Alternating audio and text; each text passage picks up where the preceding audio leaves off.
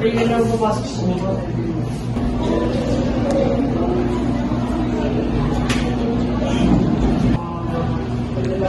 Good morning, Good morning, sir. Nice to see you again. Mabuhay. Okay, girls to class. Opo. Okay, class this. Goodbye, sir.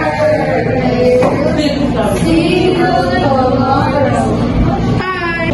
Alaya, kailangan natin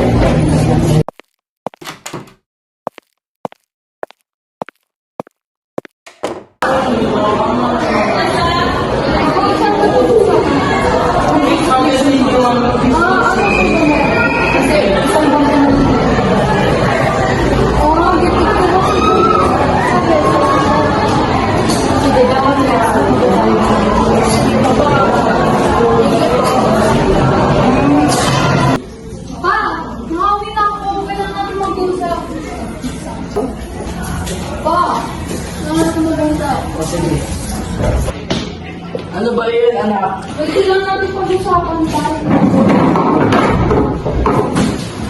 Ito po kasi tayo. Kulang po kasi yung babayaran ko sa tuition. Eh, kailangan na po bayaran ka agad. O, ganun ba, anak? Sige, titignan ko kung may pera ba.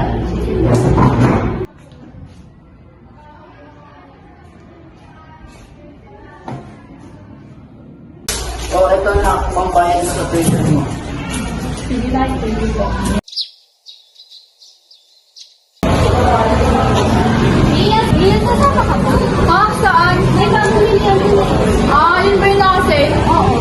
Tingnan ko mga wallet ko. Ako, ito yung binigay sa akin ni tatay para sa pang-tuition ko. Sige, tama na. Tama na.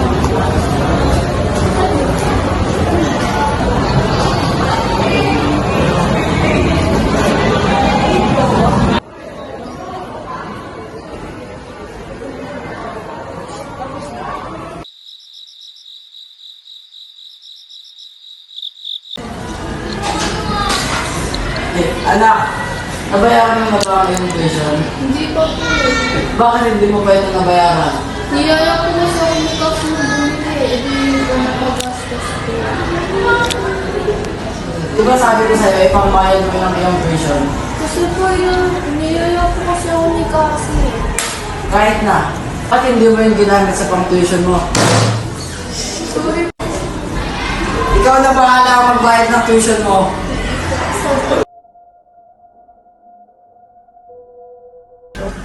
Ate, bili ka na po sa akin. Ah, sige. Magkano ba lahat yan? 200 na po lahat. So, mura lang po kasi. Sige, bilhin ko na. Sige po. Thank you po. Ay, okay na to. Nakaipon ako unti. Pambayad ko na to sa tuition ko. Bibigay ko na kay sir.